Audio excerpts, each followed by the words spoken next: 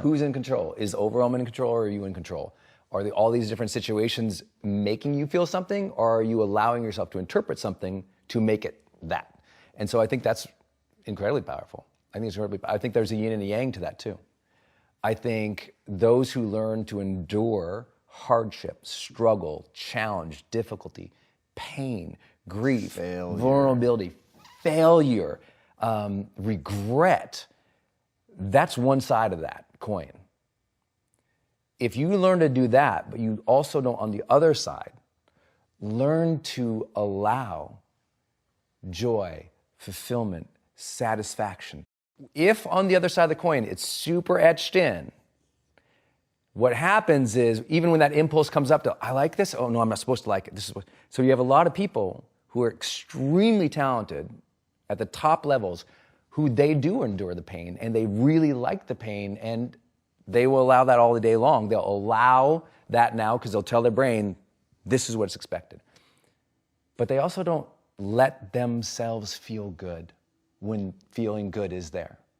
This is a real big problem. I mean, if you study like psychoses, a lot of people who really struggle with addictions, eating disorders are super common, who even when they feel that sense of self-love or self-acceptance, oh, I'm not supposed to feel that. No, you really, there is an element to personal development where you have to allow the good feelings and not push them away because it's like, oh, I don't deserve to feel that. Because a huge part of the world is telling themselves, I don't yet deserve to feel happy. Even though happiness comes up, I shouldn't feel that yet. I'm going to keep striving. It's not until I get the next 2 million, then I'll let myself feel happy, even though they had that good Monday. And so you have a lot of people who are striving in difficulty, who also have not taught themselves the emotional side of what is called the most important movement in the history of the world in psychology, called positive psychology, kicked off by Marty Seligman, a good friend of mine, Mihaly Csikszentmihalyi. Without that work of saying, no, we also have to allow ourselves and teach ourselves to flourish, feel satisfaction, feel joy. So I'm 100% with you. And I'm like, the rule is, that's one side of the coin. And the other rule is, make sure you teach yourself to generate the positive emotions. Because what happens is, if you don't teach yourself to generate the positive emotions as well, then what ends up happening is you burn out or you become a cliche of the person who had it all and never felt fulfilled.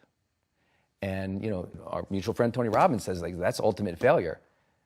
To succeed, but never feel like a success, never feel like you've had it. Like, I'm vitally aware that, you know, I could get on a plane and not survive. I'm vitally aware that tomorrow might not be here for me. I don't want to grit and hustle it out and never feel the joys of life, that satisfaction, that pleasure of, you know what, gosh, good for you.